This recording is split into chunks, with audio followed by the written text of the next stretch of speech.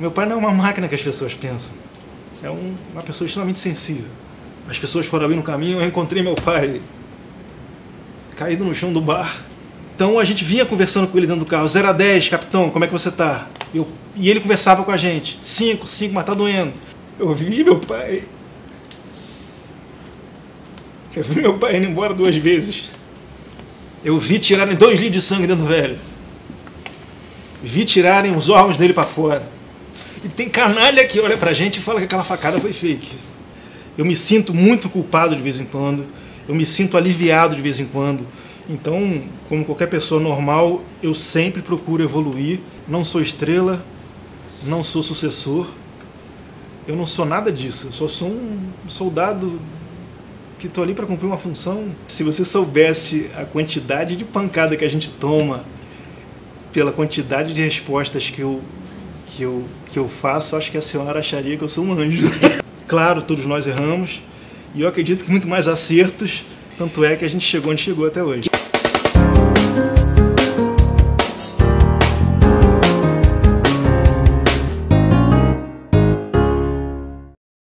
Oi, meu convidado de hoje é polêmico.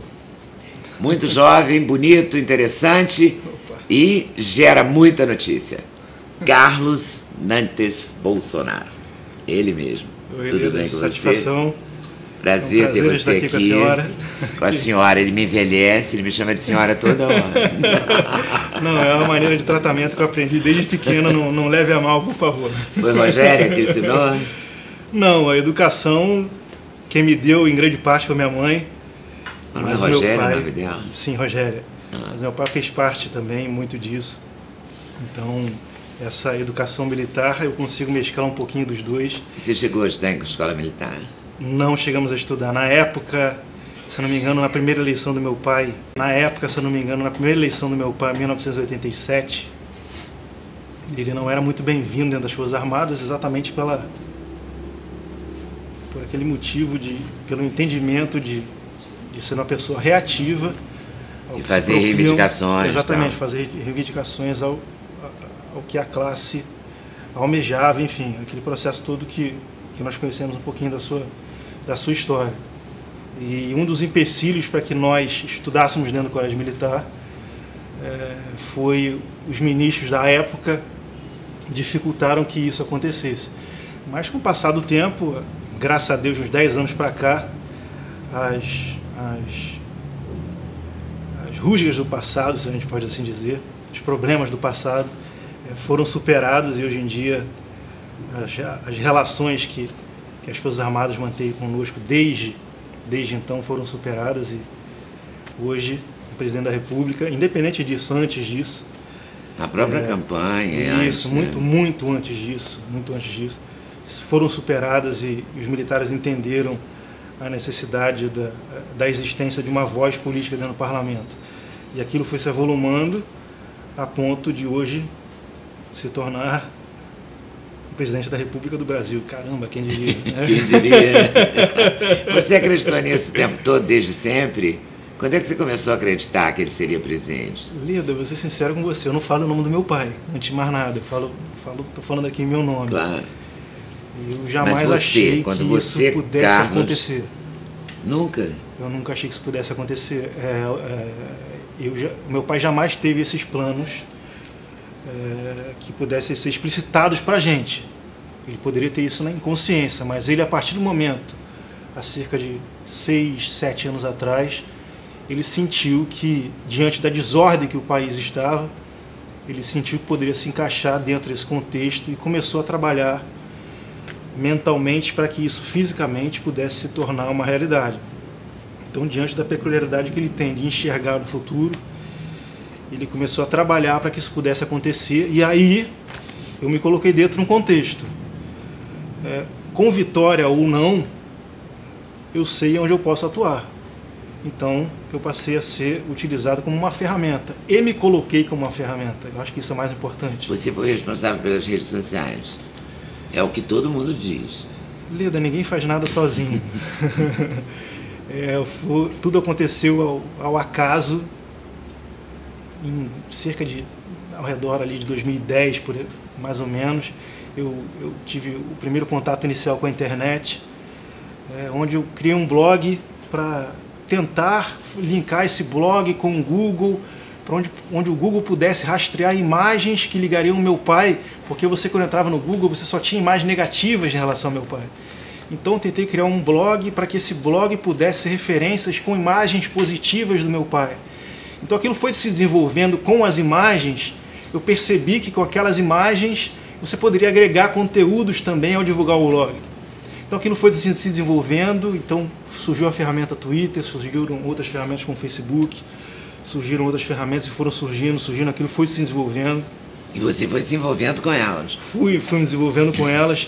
E um fato curioso, Leda, é que nós sempre trabalhamos, de 2 em 2 anos, nós, assim, a família dentro de casa, nós temos campanhas, tínhamos campanhas parlamentares, né? Porque intercala a campanha de vereador com campanha de deputado federal. Permanente campanha na família Bolsonaro. Independentemente de campanha, nós mantínhamos um ciclo de envio de correspondências, cerca de 3 correspondências por ano para pessoas que são cadastradas conosco, onde nosso grupo ia entregar a correspondência. É claro, a gente colocava também um determinado número de cartas por correio. Então, nós fazíamos esse tipo de serviço, mas em determinado momento eu comecei a me afastar desse grupo de entrega de cartas e comecei a sozinho mexer na internet. Meu pai começou a reclamar disso, porque ele não entendia, e eu também, de certa forma, não entendia aquilo. Será que isso está valendo? Será que não está? Então começamos a desenvolver aquilo tudo. E eu saindo daquilo, mexendo na internet, vamos lá, e a internet ganhando o corpo de pessoas que naturalmente entendiam ou não entendiam também que aquilo podia ser uma nova ferramenta a ser utilizada de informação. Todo mundo naquele momento. Exato. Então eu não digo que sou o pai de nada. Eu tenho amigos meus que me aconselham muito nesse quesito. Mas você é bom nisso. Eu não sei se sou bom nisso, eu não sei se sou bom nisso. Você coordenou, não coordenou isso durante a campanha? Eu tenho Ou atuou muito fortemente, digamos assim? Eu estou sempre junto com meu pai conversando sobre esse assunto. Ele me dá liberdade total para que eu possa desenvolver tópicos, é lógico. Ao desenvolver, conversar com ele, estou startando, posso? Ele vai. Então, por ele ser meu pai, a gente tem uma facilidade muito grande de startar, e ele adora ver numa pessoa iniciativa.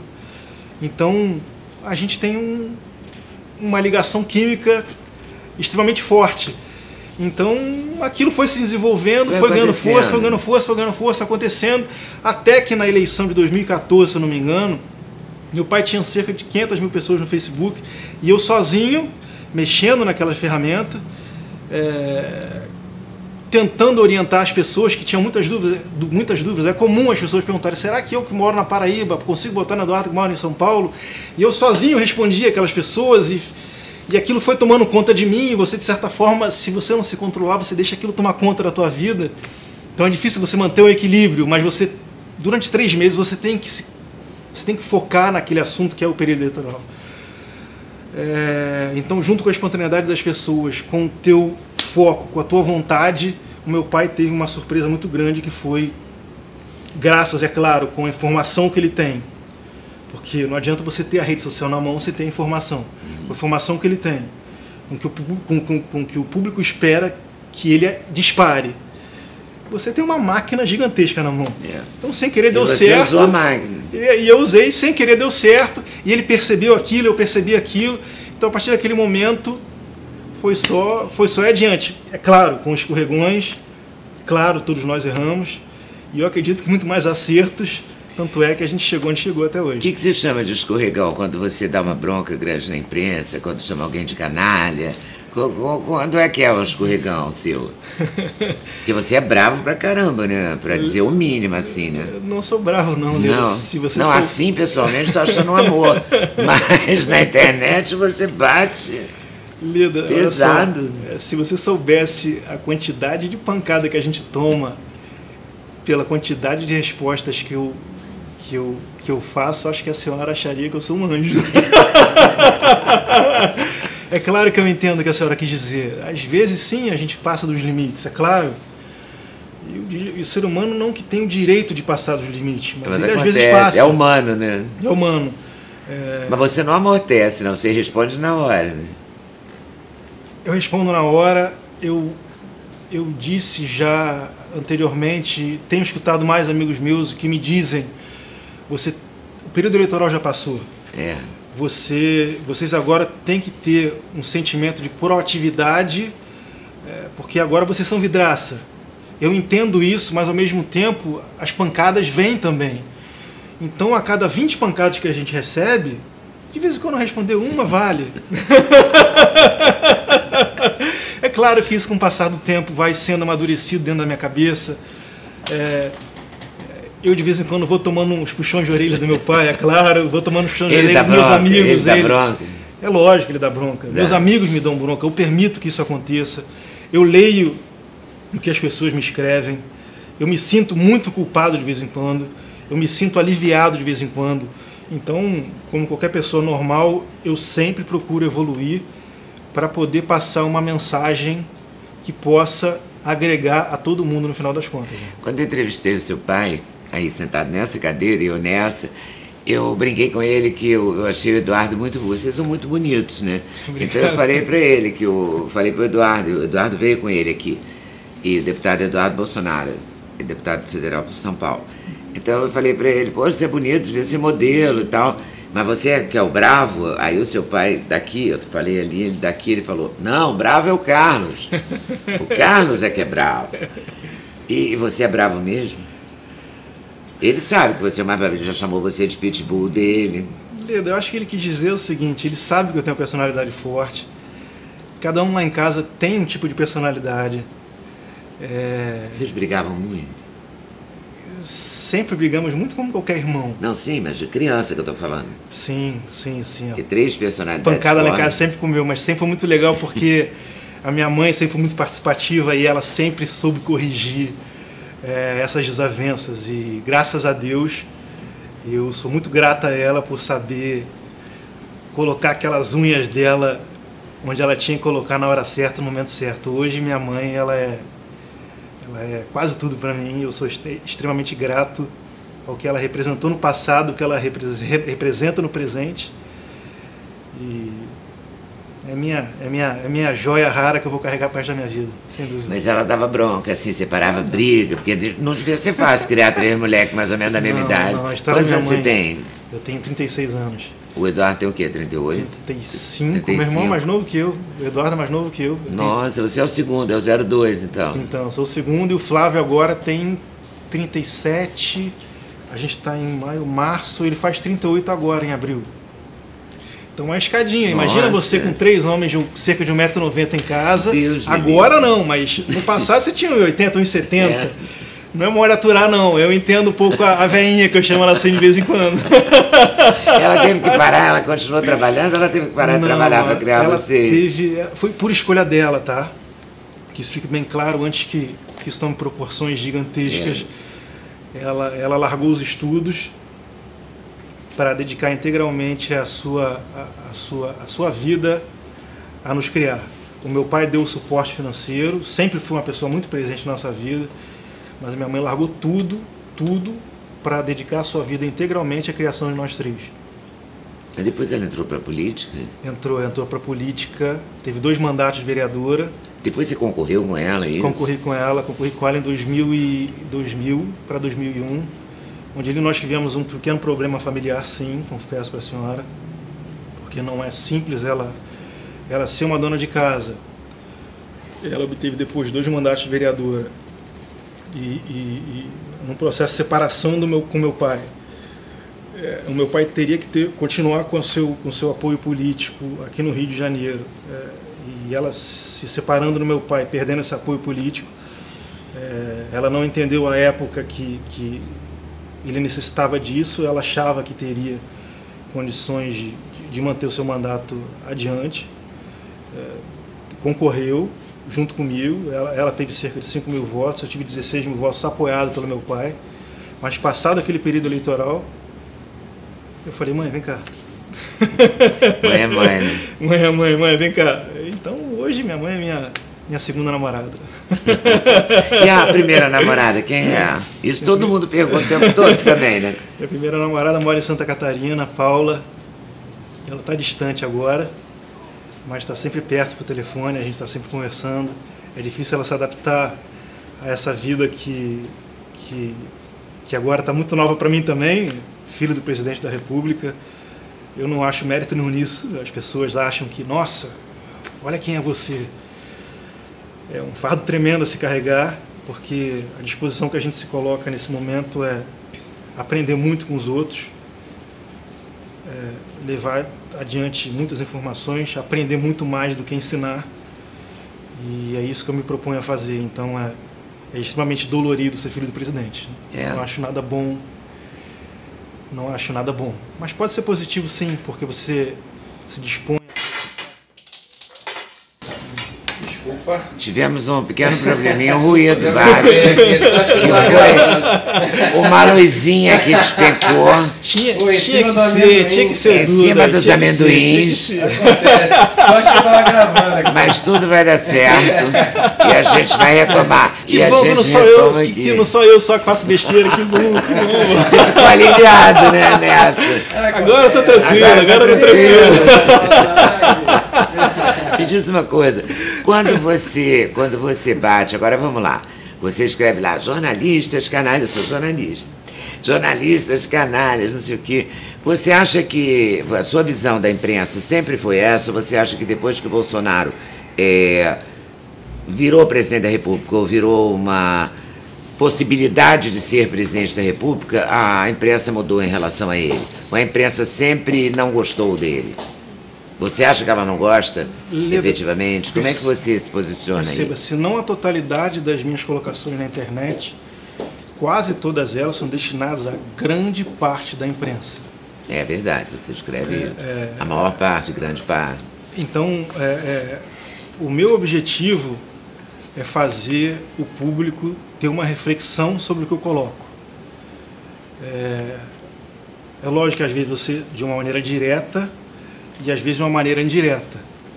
Então, às vezes as pessoas confundem. Seja mais direto, mas eu tenho um intuito muito maior em fazer as pessoas refletir sobre o que nos cerca do que somente informar.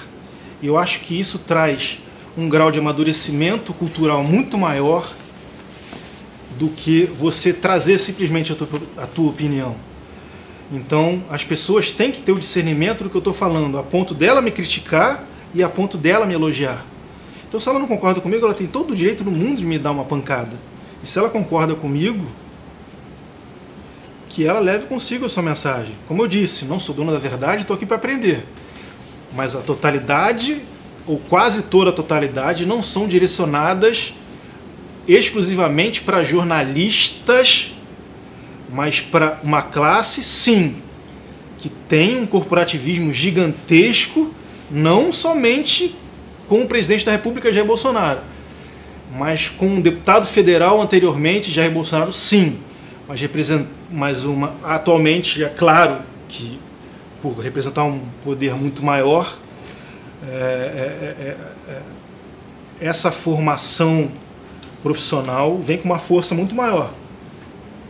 Então, eu deixo para que as pessoas julguem se eu estou certo ou errado. Mas, como eu disse, eu amadureço, estou aqui para aprender, cometo erros e cometo acertos. Mas o meu objetivo maior é deixar uma mensagem no futuro, para que as pessoas julguem. Eu sou um político que posso amanhã não ser eleito. As pessoas julgam se eu estou certo, se eu estou errado. E que se me julgarem certo ou errado, que me julguem nas urnas. Eu estou aqui para bater um papo com a senhora e confesso para a senhora que estou aqui para bater um papo com a senhora como uma pessoa que eu considero uma pessoa boa, uma pessoa bacana, uma pessoa que me traz uma paz, que me traz uma energia muito boa. Porque se dependesse de mim conversar com uma simples jornalista, eu não estaria aqui. Nossa, obrigado. Eu confesso isso para a senhora. Você tem um certo receio mesmo. Tenho, porque eu sei que dentro da formação do senhor, a senhora me desculpa a franqueza mais uma vez, os senhores carregam, não a senhora, me desculpa novamente, Tá vendo Sim, mas como os é uma jornalistas coisa, em geral, eles você quer dizer carregam isso? consigo uma ideologia que às vezes ela é tomada de um seio ideológico que acaba contaminando a informação. E eu não acho isso agradável. Tanto é que a senhora raramente me vê conversando com jornalistas. Raramente, eu quase nunca me vê conversando com jornalistas. Tanto é que eu pedi essa entrevista, eu comecei pelo Twitter, depois o Valdir, mas o Valdir e o Twitter. Fiquei te chamando lá no Instagram, pedindo... Eu vi que a senhora conversou comigo, eu vi que a senhora falou ali, daí eu tive apoio também ali para a entrevista, você viu, né? Vi sim. Os seus seguidores apoiaram a ideia. Porque eu imaginei que você tivesse mesmo esse receio, porque você não aparece, eles te fotografam, mas você não se joga, né, na frente.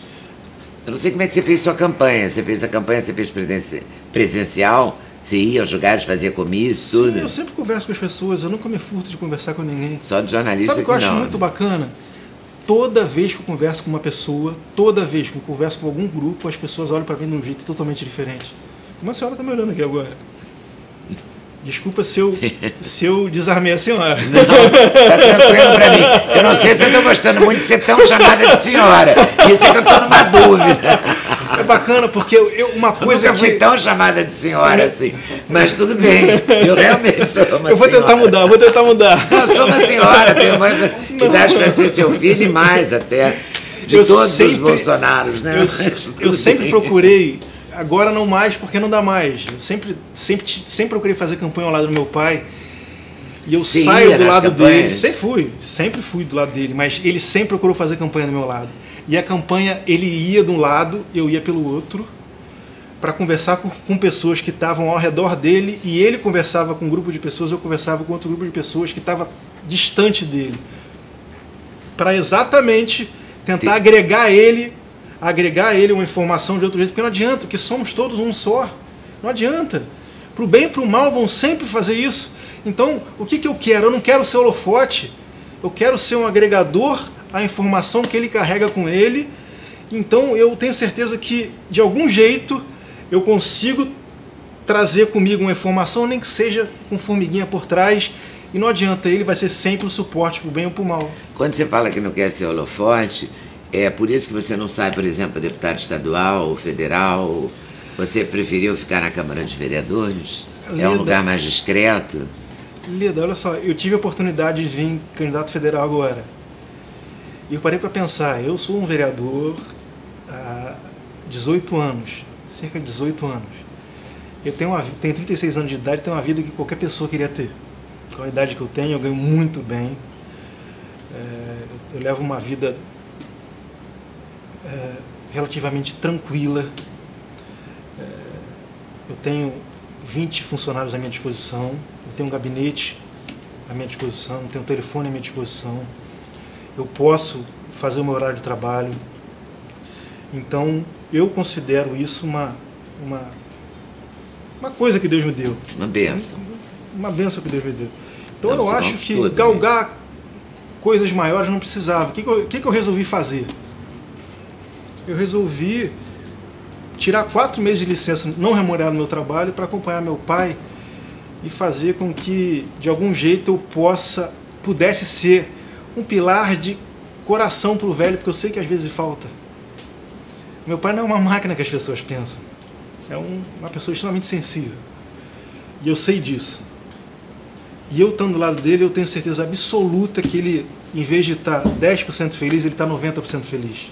E você tem liberdade com ele para aconselhar, para dizer, eu acho que você não devia fazer isso, eu acho que você devia fazer aquilo, tem? Tenho liberdade, e às vezes eu brinco com ele, né, pai, olha só, se 10% das besteiras que eu falo para você ouvir, eu tô satisfeito. É mesmo? Ele fala, 5 tá bom, tá, e cala tua boca, pô. É engraçado, é divertido, eu tenho essa liberdade de falar com ele, então com a gente não tem problema nenhum. E tudo aconteceu de um jeito que me permitiu acompanhar ele desde a facada, que eu estava com ele no dia da facada. Na facada, inclusive, a mulher dele, a Michelle, ela agradece a você especialmente, né? Teve um momento em que ela foi falar do acompanhamento da facada tudo pós-facada, né? Que foi doloroso, hospital, operação, atrás de operação e tal. E ela agradece a sua dedicação. Você ficou lá o tempo todo, né? Leda, olha só, no dia da facada eu estava com ele lá. Eu estava com ele lá em Juiz de Fora. Por um acaso eu não saí do carro em nenhum momento. Não saí do carro em nenhum momento, por um acaso. Esse cidadão chamado Adélio, ele teve no clube de tiro 38 que eu frequento no mesmo dia que eu estava em Florianópolis. Por um acaso naquele dia eu não fui no clube de tiro. Isso foi incrível, né? Porque na verdade assim, há um curso, vamos explicar isso rapidinho. Há um curso de tiro, você faz uma prova, né?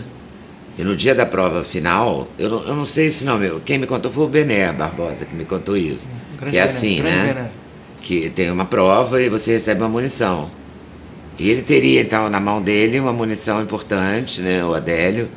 E você estaria lá do lado disponível para... O depoimento que eu ouvi que ele estaria ali no stand de tiro mais preocupado com quem entraria do que realmente realizar a determinada função que seria atirar. E por um acaso... Você não foi? Eu não fui no clube de tiro. Eu aloprei com um amigo meu, que a gente tem mais ou menos a mesma personalidade. Eu não vou para aí, tô indo pro hotel e dane-se. Não fui. Esse é o primeiro passo. Teve determinado momento da gravação do meu pai em Juiz de Fora que eu saio do carro e o Adélio vem na minha direção.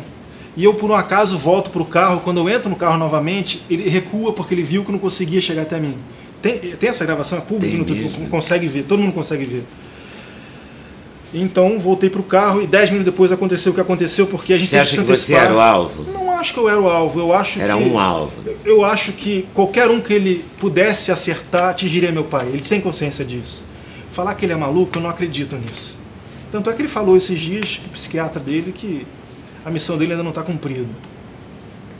Uma pessoa que tinha 3 celulares, pagou um curso de tiro de cerca de R$700 com dinheiro vivo, pagou a sua estadia no hotel adiantada, tinha informações que o deputado federal Jair Bolsonaro, então candidato a presidente, estaria lá naquela região durante aquele período, tinha um laptop em mãos, enfim. Eu sou filho do meu pai, então posso falar. Eu estou falando como filho, não estou falando aqui como... estou acusando ninguém de nada, as investigações prosseguem, e vamos ver no que vai dar. Mas no dia da facada eu estava dentro do carro, esperando o velho retornar, um calçadão gigantesco, cheio de pessoas. Eu não queria sair do carro de jeito nenhum, não queria sair do carro, eu quis ficar dentro do carro. Se eu tivesse do lado dele, não sei o que aconteceria, não sei. Mas uma multidão começou a correr na direção do carro e um agente da Polícia Federal bateu no vidro, entra no calçadão que deu algo de ruim. Daí o que está acontecendo? O que está acontecendo? A gente...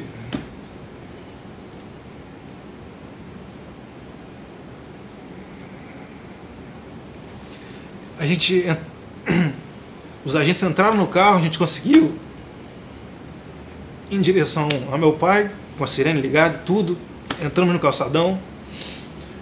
As pessoas foram abrir no caminho, eu encontrei meu pai caído no chão do bar. Eu vi essa imagem. As pessoas colocaram ele dentro do carro, eu estava com ele dentro do carro. Só que por ter sido uma facada na barriga, o sangue não saía porque as entranhas retiveram o sangue. Esse pensamento todo que eu estou expondo aqui, eu só consegui desenvolver depois. Então eu botei a mão na barriga dele e os agentes todos entraram no carro e eles fazem um briefing de qualquer tipo de problema que venha a ter com possível presidenciável. Por exemplo, eles tinham já um caminho mapeado para levá-lo para o hospital. Graças a Deus fizeram esse caminho. Então a gente vinha conversando com ele dentro do carro. 0 a 10, capitão, como é que você está? E ele conversava com a gente. 5, mas tá doendo. Mas ele estava quente ainda. 5, mas tá doendo. 5 dele, ai, a gente não via sangue, mas eu botava a mão. Então a gente estava achando que era superficial o que estava acontecendo. Chegando na Santa Casa correndo, os doutores começram a analisá-lo e ele começou a esfriar, mas o sangue estava correndo por dentro, vazando por dentro. E eu o tempo inteiro do lado dele. Em determinado momento eu percebi...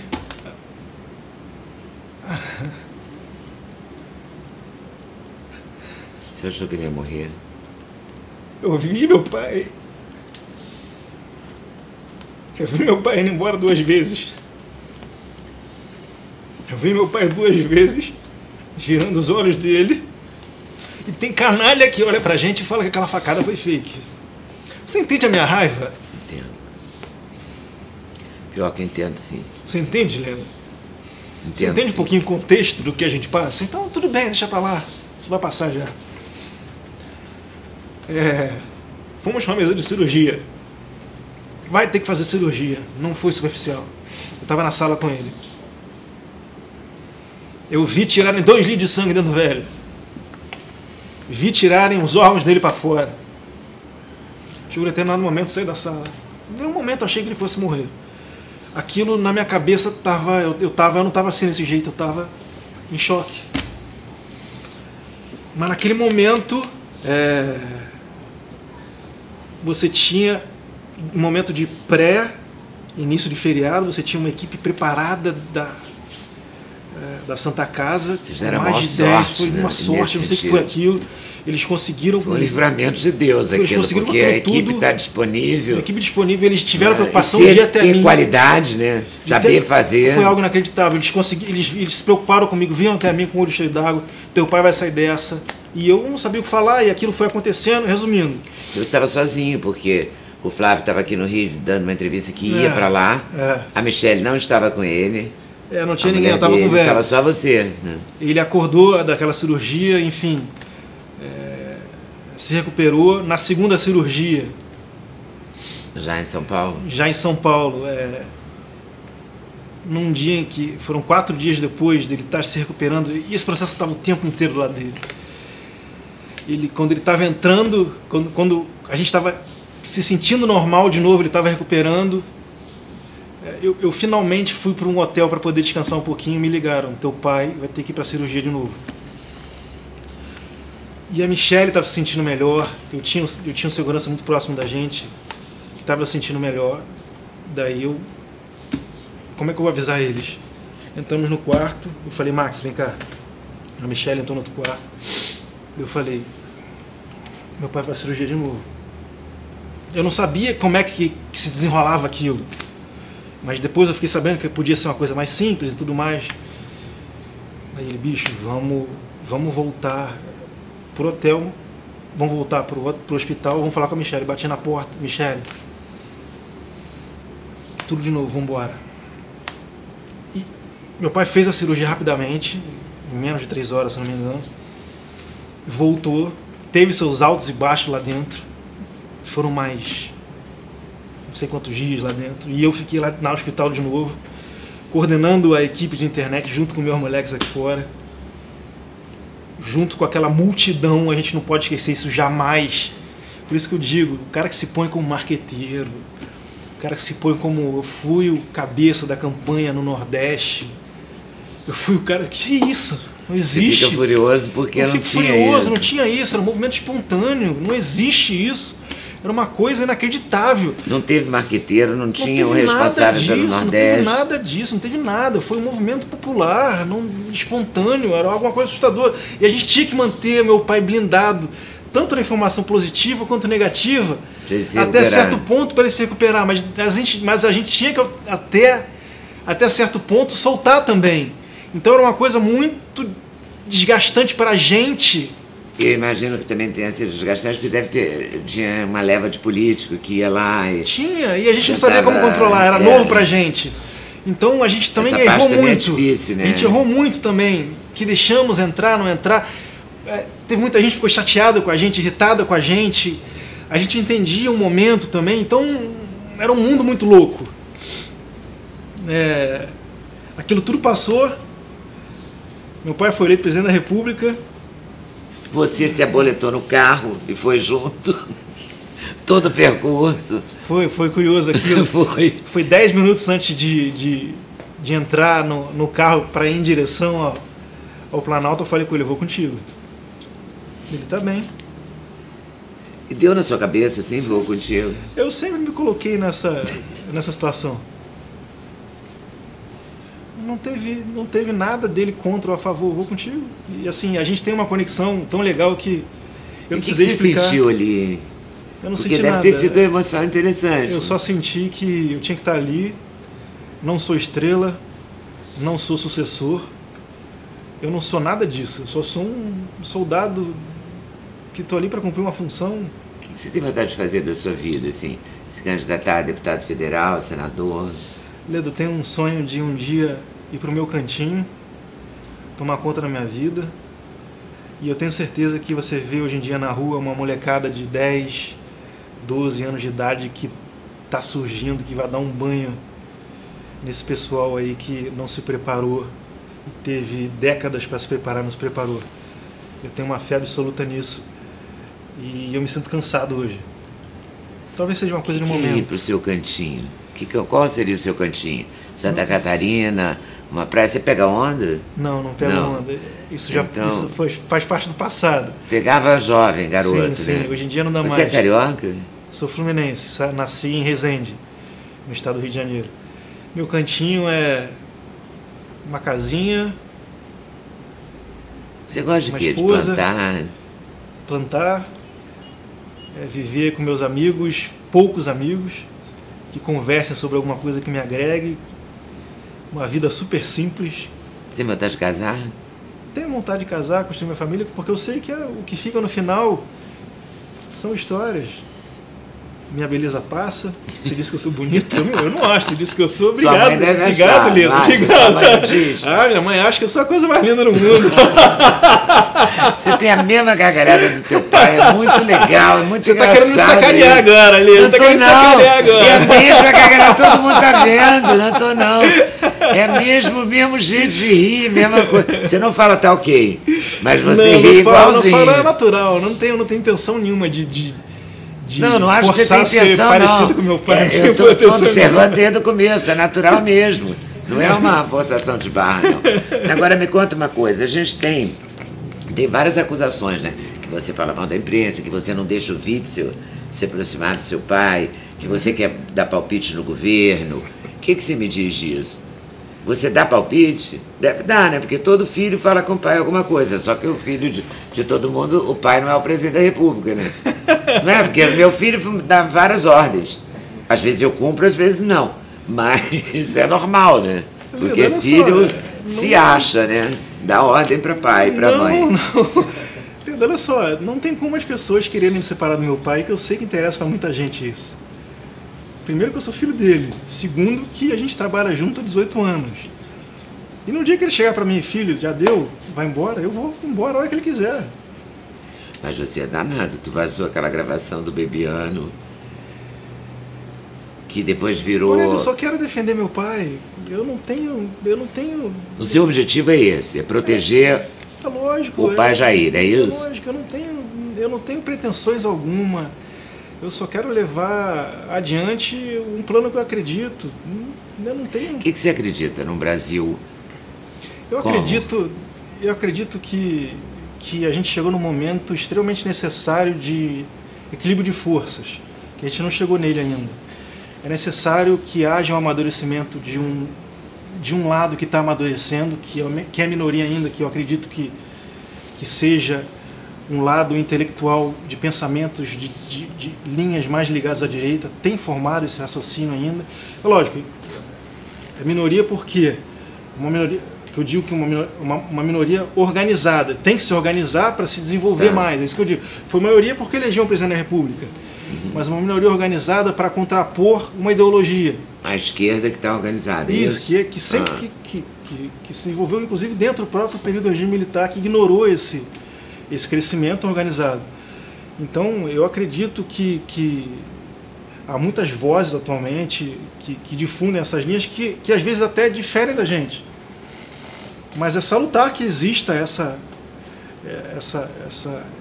linhas de raciocínio diferentes, mas que cada um ceda um pouquinho para que no futuro próximo, mais breve possível, porque talvez não tenhamos mais tempo. Imagina se o Haddad ganha a eleição esse ano, com todo respeito, Leda, eu não sei qual a sua opinião sobre isso, e também resguardo você de tê-la, por favor, não é isso que eu quero saber, não é isso que eu exijo saber, desculpe.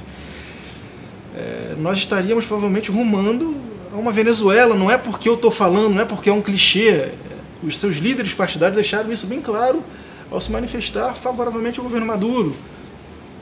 Então isso tem que ser posto na balança, tem que ser discutido. Você quer um Brasil mais à direita, com uma educação diferente? Exato, dinheiro nós temos. Você acha só que ele está mal utilizado, é isso? Sim, acredito que sim. Melhor utilizado? É lógico que a gente não vai discutir isso aqui em 10, 20 minutos.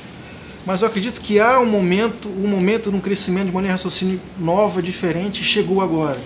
Você me dá a impressão de que, acompanhando o noticiário, né, vendo você se manifestar e as coisas acontecerem, lendo as notícias, que você conseguiu sacar uma coisa qualquer que a gente ainda não sabe, mas talvez a história prove isso através de... Porque com o tempo a gente sempre pensa melhor, né? Uma coisa, se avalia melhor uma coisa que já passou. Essa história é muito recente. Mas você sacou que o Bebiano não estava sendo muito legal com seu pai, é isso? Você percebeu isso? Por isso que você vazou aqueles áudios? Leda, ou foi porque você tem horror à pessoa que diz que falou e não falou? De uma coisa eu tenho certeza. Essa pessoa não conversou sobre o assunto citado pelo jornal o Globo naquele dia com meu pai. Pronto. Eu não tenho mais nada para falar sobre o assunto. E agora recentemente essa semana, teve um imbróglio de uma repórter do estado de São Paulo que teria dito que o Flávio, seu irmão, está sendo atacado antes até de tomar posse, né? Com razão ou sem razão, os juízes vão definir. Mas o caso Queiroz, não sei o que e tal. O que você me diz disso? Você acha que aquela moça... você acredita na gravação que a Terça Livre colocou? Porque eu já vi várias, eu vi a da Terça Livre, vi vários jornalistas se posicionando contra o Morning Show, vi várias pessoas e vi o Bernardo Kouchner se posicionando a favor, traduzindo, inclusive, ele fala francês e inglês muito bem, o Bernardo, e essa moça não fala tão bem o inglês. Eu, que sou péssimo em inglês, nem me candidatei a verificar nenhum Eu também manjo um pouquinho. Das verdades.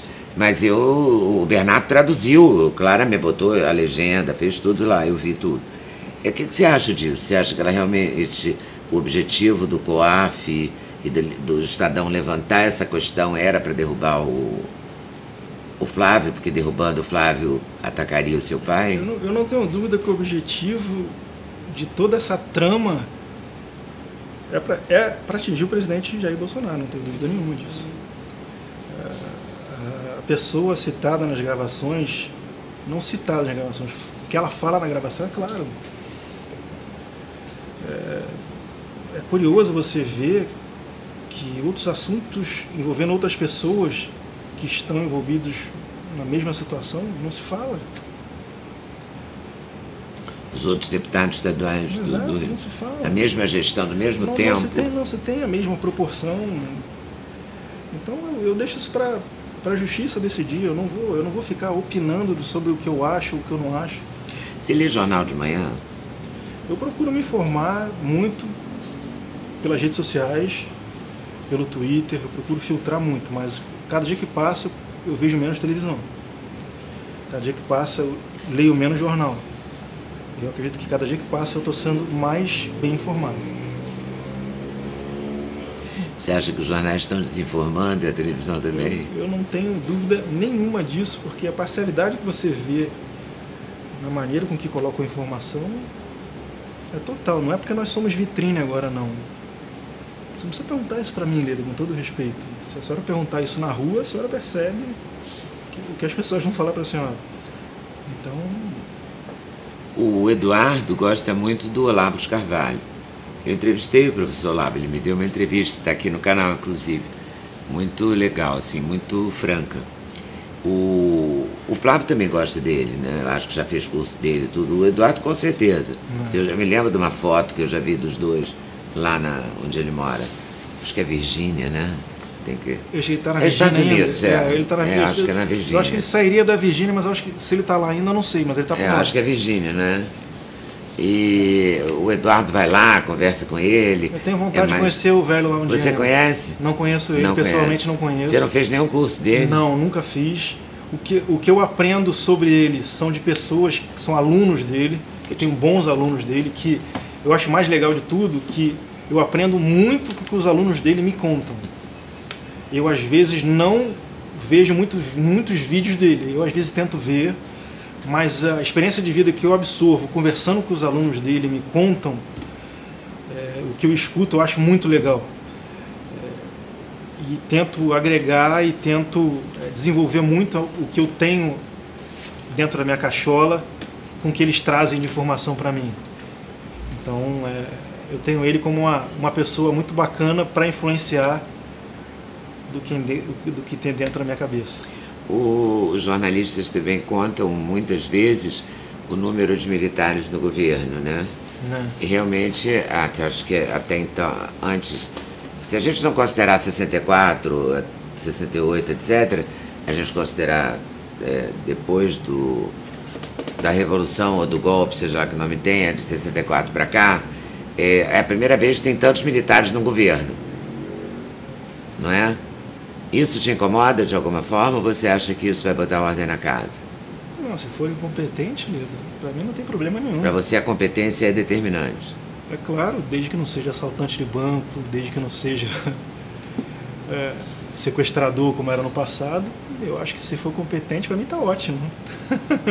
E você não tem vontade de estar lá em Brasília, não? Você vai segurar a onda de ficar aqui no Rio mesmo, trabalhando? Eu tenho contato com meu pai todo dia, eu falo com ele sempre. Imagino que fale todo dia mesmo. Eu falo com ele depois sempre. Hoje tem muitos meios, né? Você pode falar desde o Zap até por videoconferência, por Facebook, ligação pelo Facebook. Você pode falar de todo jeito, né? O tempo todo. A gente sempre mantém contato todo dia, isso... Eu falo com ele de vez em quando, como eu queria de vez em quando só sentar do teu lado para falar besteira, mas tá difícil ultimamente. Tem que pegar o fim de semana, roubar ele um domingo. Mas nem final de semana tá dando, acho que final de semana é pior ainda. Tem mais gente ali. Não é nem mais gente, é problema que a gente não para. Mas a gente está se adaptando, não tem 3 meses de governo ainda. Ele tem que se adaptar muito mais do que ele já conseguiu, ele está conseguindo... apesar desse bombardeio, ele está conseguindo colocar as coisas, governar, tomar pulso. Eu acho que ele precisa de muita ajuda ninguém governa sozinho, ninguém faz nada sozinho. Ele precisa de sempre ter pessoas do lado, pessoas que ele confia, e ele tem sempre buscado isso. E como ele foi uma pessoa que chegou onde chegou, de certa forma sozinho, essa dificuldade existe, mas eu tenho certeza que ele tem caminhado para que essa mensagem de união que ele prega cada dia cresça, e eu tenho certeza que as orações que as pessoas fazem por ele, por um governo mais justo, o sentimento que o povo deposita nele de fé, de que vai dar certo, as pessoas boas que têm conhecimento, as pessoas humildes que têm conhecimento, nos utilizam como ferramentas e que fazem chegar até ele informações que necessitam para que um governo evolua. Isso tem sempre agregado, e isso vai agregar, isso vai fazer o governo crescer. E talvez algo que pareça estar não tão organizado seja uma coisa muito melhor do que uma coisa que tenha que parecer estar organizada, entendeu? Então, para mim, tudo está indo muito bem porque a gente está ouvindo a voz do povo. Então, como a voz do povo é uma coisa que não é única, é uma coisa plural, extremamente plural, né? Então, a gente tem certeza de que essas informações capilarizar de tudo quanto é lado vem para agregar, e essas informações no final, essa capilaridade é que forma o povo brasileiro, é que vai formar nossa linha. Isso é bonito demais. Olha como é que eu penso. Filosofei aqui, ó. Filosofou mesmo. E você dá uns conselhos pro teu pai, por exemplo, aquele vídeo do carnaval. Você acha que ele precisava ter soltado o vídeo? Olha só, Lida, uma das propostas que ele carregou ao longo da sua trajetória para se tornar presidente, foi exatamente quebrar uma linha cultural, expor uma linha cultural que a maioria dos candidatos a presidente nunca tentou quebrar. Então, se ele não partir para essa linha de mostrar o que está acontecendo, e ele foi claro, não falou o que acontece no carnaval, em muitos pontos do carnaval. Novamente, eles trazem isso para uma discussão fechada e única, de propósito para atingi-lo. Ele falou, e infelizmente isso tem se tornado padrão em muitos locais no carnaval. E é verdade. Tanto é que o público ficou esmagadoramente do lado dele. Então, ele tenta trazer essas informações para que elas sejam expostas, e foi para isso que ele foi eleito. Chocante ou não, é a realidade. Então, eu entendo que foi o sentimento que ele quis demonstrar, e o que é verdade, e essas pessoas não se vergonham disso de maneira nenhuma. E é verdade também. Então, que problema nisso? Não tem problema nenhum. O que não pode é você tratar o presidente como um criminoso, como eles fazem, e tratar aquele fulano ali como um artista, como eles fazem. São sempre dois pesos e duas medidas. Isso que é errado. Então a informação foi bem-vinda. É isso que te tira de sério? É isso que me tira de sério. Isso acaba sendo uma militância. Isso está errado. Isso não é informação. E olha só, Leda, eu quero ajudar. Isso, no final das contas, eu estou tentando ajudar o jornalismo a fazer jornalismo. Me desculpe a petulância, mas é verdade. Quem não percebe isso são os próprios jornalistas que fazem esse tipo de militância. Eles ficam te vigiando lá na Câmara? Ficam o tempo inteiro. Eu não posso nem ir no banheiro. Eu não posso ir no banheiro. Fizeram matéria comigo semana passada que eu me escondia no banheiro porque tinha muito vereador querendo falar comigo. Não é brincadeira. Bota no Google que a senhora vê. E tem muito vereador querendo falar com você. Você conseguiu fazer coisas legais na Câmara? Coisas legais, coisas que você queria fazer e acredita e tal. Meu pai costuma falar muito. Você vale muito mais pelo que você não deixa fazer pelo que você faz. Porque a quantidade de leis que você já tem nesse Brasil aqui é uma coisa gigantesca. Tem leis. Nós temos leis aqui. A gente tem o fim do voto secreto, proibição de galhardetes em períodos eleitorais, que depois se tornou uma regra do TSE para o Brasil inteiro. Esses projetos são seus? Sim. Se tornaram leis depois. Legislação do cordão umbilical, do armazenamento do cordão umbilical, da importância que aquilo tem para soluções de algumas doenças no futuro. Por causa das células tronco. E a gente impede que outras pautas aí, por exemplo, o Plano Municipal de Educação, falem sobre sexualidade independentemente de ser homo ou hétero para crianças de 6 anos de idade nas escolas. E por aí vai, tantas outras linhas evolutivas desses assuntos. Então, a nossa pessoa ali, ela é importante. Até que eu acho que eu fui o mais votado nas últimas eleições, porque a gente carrega consigo essas mensagens. Você foi mais votado? Sim, fui o mais votado. É claro, porque meu pai representa algo que é muito maior do que eu. Uhum. Meu sobrenome é algo que é muito maior do que eu. Tenho total consciência disso e vou morrer tendo consciência disso. Mas porque carrega consigo uma mensagem que as pessoas querem ouvir. Então, de certa forma, as mensagens que a gente carrega conosco tem que ser levadas em consideração, não pode ser desprezadas. Então, enquanto isso existir... Então, só pra gente terminar, porque senão a gente vai ficar aqui a vida toda, né? Eu ficaria... Vai ser um prazer, vai ser um prazer. Me diz uma coisa, por exemplo, coisas assim que você concorda ou discorda. Aborto, qual é a sua posição? Eu discordo. Contra o aborto? Contra o aborto. A população LGBT cresce e se torna mais visível no Brasil inteiro. Você acha que cada um tem o direito de viver a sua vida do jeito que quiser? Como é que é a sua posição? Cada um vive a sua vida do jeito que quiser, como quiser, da maneira que quiser. O grande problema é que querem transformar ativistas. É diferente da pessoa homossexual da população, que é totalmente diferente. Isso é comum você ouvir falar isso nas ruas também. O ativista ele quer ganhos políticos com aquilo, inclusive financeiros. Então, isso, ao meu ver, é totalmente errado. Desde a sexualização das crianças, que você segrega a família dentro de casa para você transformar aquela sementinha no militante político brigado com a família, adorador do Estado comendo migalhas, até você destinar o dinheiro público para a parada gay. Isso está totalmente errado. E eles sabem disso. Eles sabem como mexer com a população. Eles estudaram um pouquinho de história para entender que o que eles querem não é respeito. O que eles querem é dominar uma classe e muita grana. Infelizmente... Mas o respeito deve existir, né? Lógico, o respeito deve existir como existe. Eu tenho amigos que são homossexuais. Eu tenho pessoas que eu gostaria de falar, mas não vou falar porque nunca perguntei se poderia falar ou não.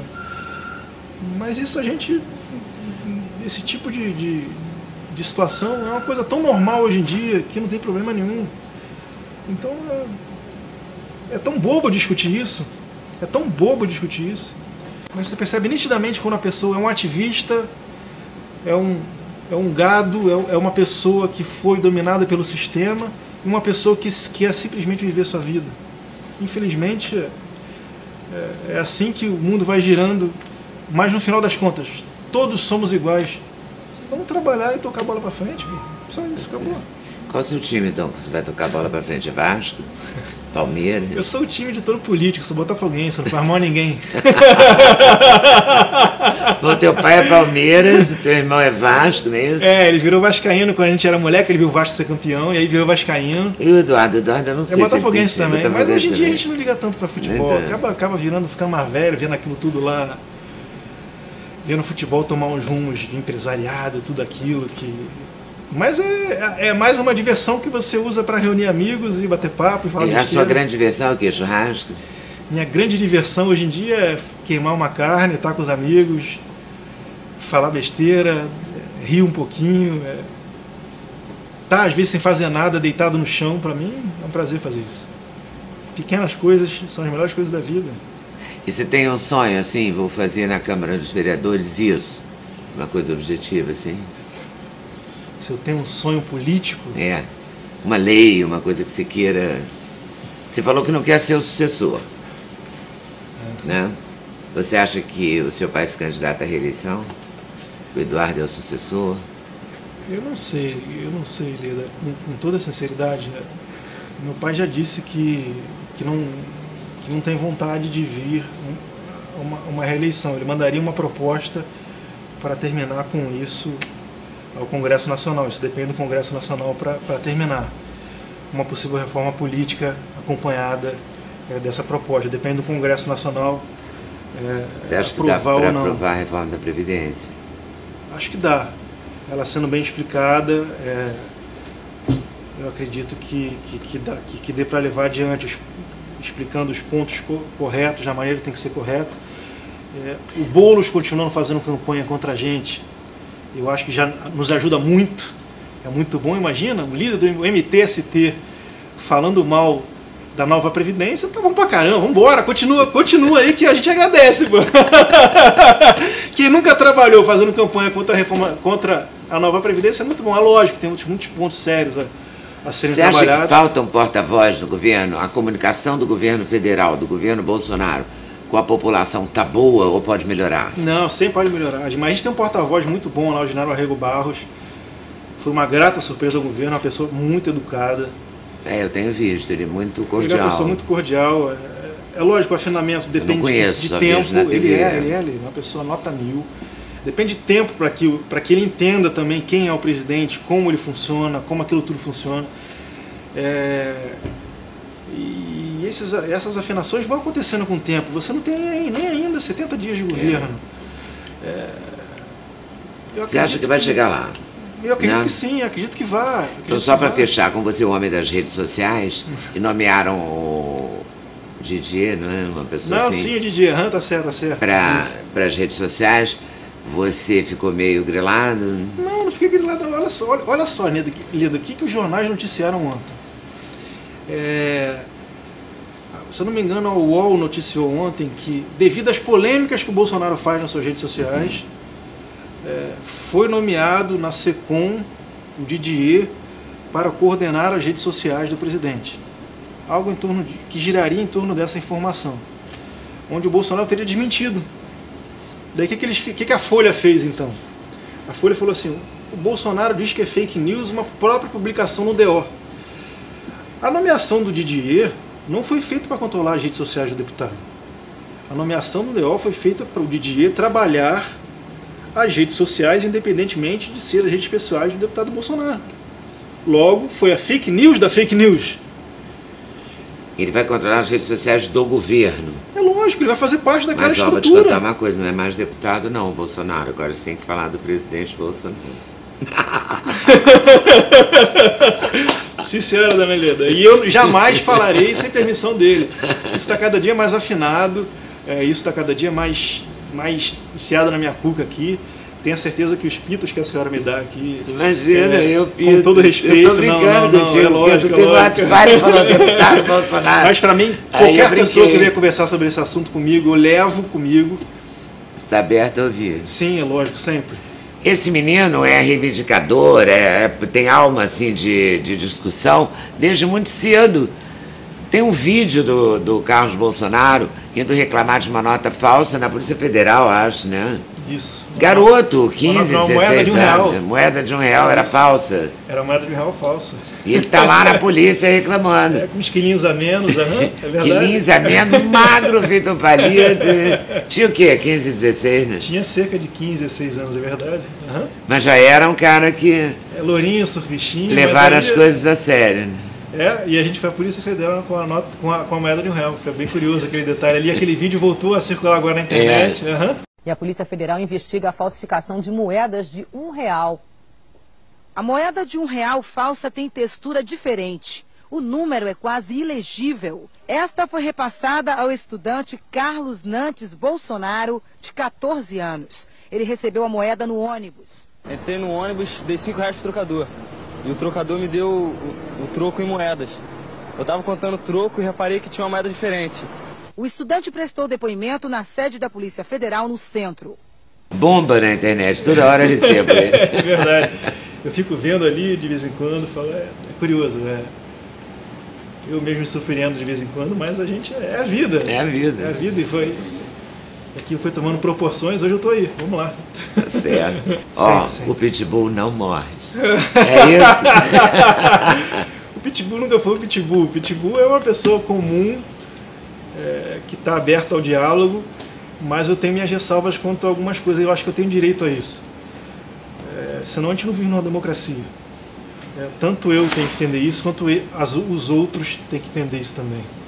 Eu acho que isso é muito importante. Tá certo. Obrigado, Carlos, por ter vindo. Muito obrigado mesmo pela confiança. Eu que agradeço, Helena. Por ter vindo aqui, tá? Satisfação. Obrigado a vocês por estarem nos assistindo. E a caneca.